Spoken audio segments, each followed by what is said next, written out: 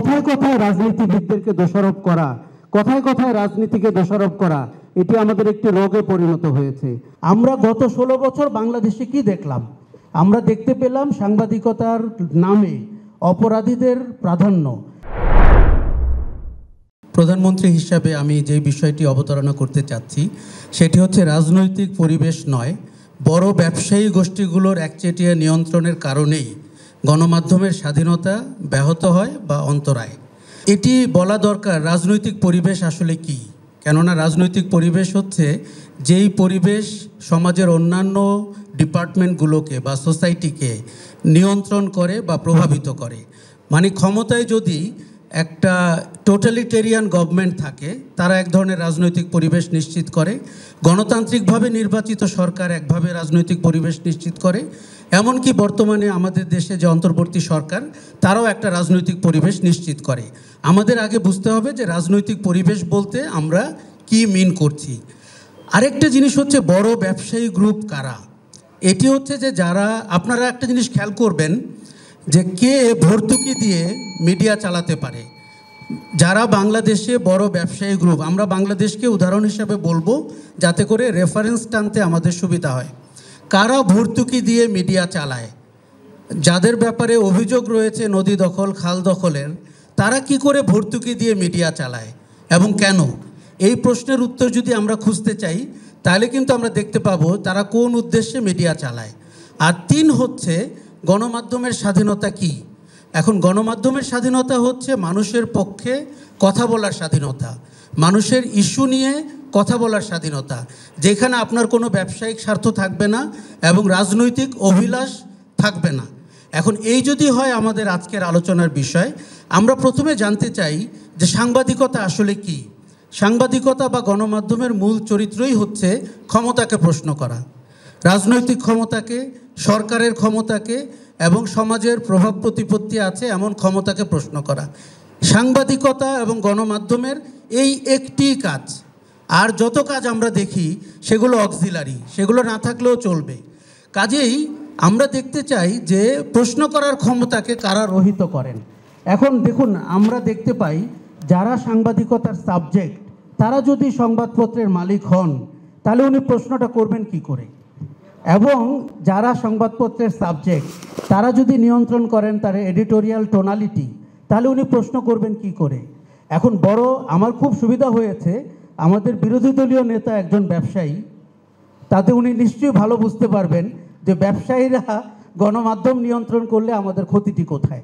দেখুন, public trust journalism যেটা আমরা বিবিসির কথা বলি বা অন্যান্য জায়গায় আছে, আমাদের দেশেও কিন্তু শুরু হয়েছিল। আমাদের দেশে দৈনিক বাংলা, টাইমস, বিচিত্রার মতো পত্রিকা ছিল। একমাত্র বিচিত্রা ছাড়া অন্য কাউকে কিন্তু আমরা পাবলিক ট্রাস্ট জার্নালিজম হিসাবে গ্রো করতে দেখি নাই। বরঞ্চ কি হতে দেখেছি, যখন যে সরকারে এসেছে তার তল্পিবাহক হতে দেখেছি। তারা জনগণের অর্থে পরিচালিত হতো কিন্তু সরকারের স্বার্থ রক্ষা করত। সরকার বলতে তাও গুটিকয় ব্যক্তির স্বার্থ রক্ষা করত এবং সরকারকে বিপদে ফেলে তাকে অত্যন্ত বাজেভাবে বিদায়ে ওই জার্নালিজমের কিন্তু ভূমিকা ছিল। আমরা গত 16 বছর বাংলাদেশে কি দেখলাম? আমরা দেখতে পেলাম সাংবাদিকতার নামে অপরাধীদের প্রাধান্য। দেখুন, আমি একটি উদাহরণ দিতে চাই। ধরুন, অ্যাম্বুলেন্সে করে মহল্লা দিয়ে একটি অ্যাম্বুলেন্স যাচ্ছে, আমরা নিশ্চয়ই তাকে পথ ছেড়ে দিব, আমরা ভাববো তিনি জীবন বাঁচাতে এগিয়ে যাচ্ছেন। কিন্তু ওই অ্যাম্বুলেন্সের ভেতরে যদি ডাকাতরা বসে থাকে তাহলে কেমন হলো ঘটনাটা? আমরা আসলে কাকে পথ ছেড়ে দিলাম? গণমাধ্যমের 16 বছরের চেহারাটি অ্যাম্বুলেন্সের ভেতরে ডাকাতদের বসে থাকার চেহারা, এবং ওই ডাকাতদের নিয়ন্ত্রণ করতেন প্রভাবশালী ব্যবসায়ী গোষ্ঠীগুলো। এবং কেন আমরা বলছি রাজনৈতিক পরিবেশ বদলালেও তাদের গণমাধ্যমের উপরে নিয়ন্ত্রণ বদলায় না? আমরা 16 বছরের পরে গত 11 মাসে বাংলাদেশে যে পরিবর্তিত অবস্থা দেখলাম, গত 3 দিনে আমরা দেখতে পেলাম একটি বা দুটি গণমাধ্যম এবং বিশেষ বৃহৎ অত্যন্ত নিন্দিত শিল্পগোষ্ঠীর গণমাধ্যম কি করে ছাত্র নেতাদের এবং কোনো নেত্রীর চরিত্র হননের জন্য বিভিন্ন কার্ড বানিয়েছেন এবং তাদের পক্ষে বিবৃতি দিয়েছেন সাংবাদিক ইউনিয়নের নেতারা, তাদের পক্ষে বিবৃতি দিয়েছেন জাতীয় প্রেস ক্লাব। তারা কিন্তু আবার ওই গোষ্ঠীর সংবাদপত্রের সম্পাদক। কাজেই এটি একটি নেক্সাস, এই নেক্সাসটি আমরা সুচারুভাবে তুলে ধরতে চাচ্ছি।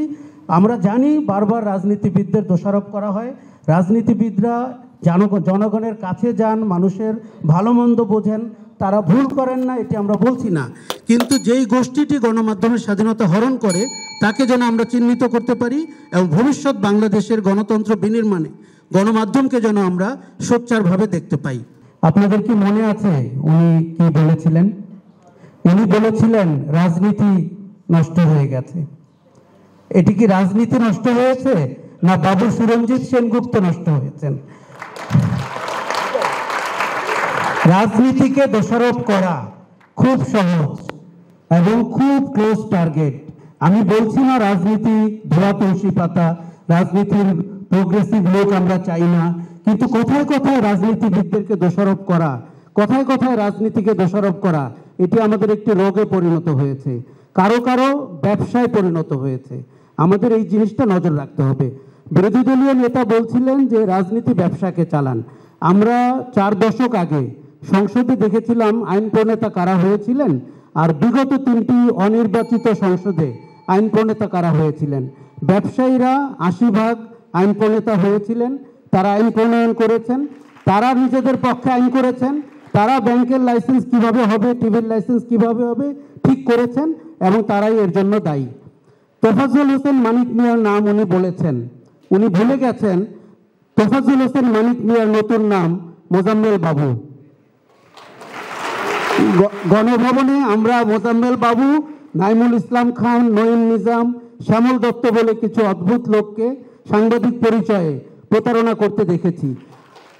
আমরা জহির হোসেন চৌধুরী, তোফাজ্জল হোসেন মানিক মিয়া, আহমদুল কবিরের মতো যে মেধাবী সাংবাদিকদের কথা জানতাম, তাদের অস্তিত্ব বিলীন হয়ে গেছে। কেননা ব্যবসায়ীরা শুধুমাত্র ব্যবসায়িক স্বার্থে তাদের প্রতিষ্ঠান দাঁড় করায়নি, তারা এডিটোরিয়াল প্রতিষ্ঠানকে নষ্ট করে দিয়ে গেছে। আপনি ভাবুন তো, তোফাজ্জল হোসেন মানিক মিয়া বসুন্ধরার গেটের সামনে লাঠিয়াল হিসেবে দাঁড়িয়ে আছেন, এই দৃশ্য আপনি ভাবতে পারেন? আমি তো নঈম নিজামকে ওই অবস্থায় দেখেছি। তার মানে সম্পাদককে তারা পিআরও বানিয়েছেন, লাঠিয়াল বানিয়েছেন, রয়ের সাথে, ডিজিএফ এর সাথে, প্রণব বাবুর সাথে সম্পর্ক করার জন্য পাঠিয়েছেন।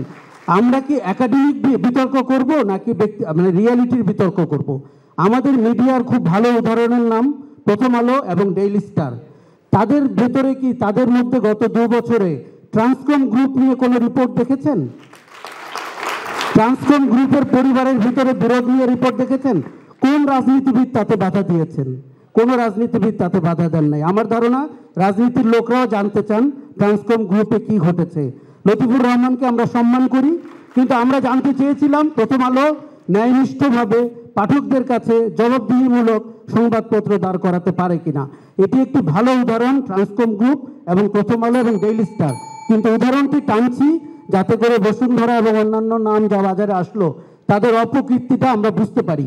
আমাদের সময় হয়েছে গণমাধ্যমের এই চরিত্র থেকে গণমাধ্যমকে বের করে গণতন্ত্রের পক্ষের সহায়ক গণমাধ্যম দাঁড় করানোর। রাজনীতিবিদরা তাকে নিশ্চিতভাবে সহযোগিতা করবে। মাননীয় স্পিকার, আপনাকে অনেক ধন্যবাদ।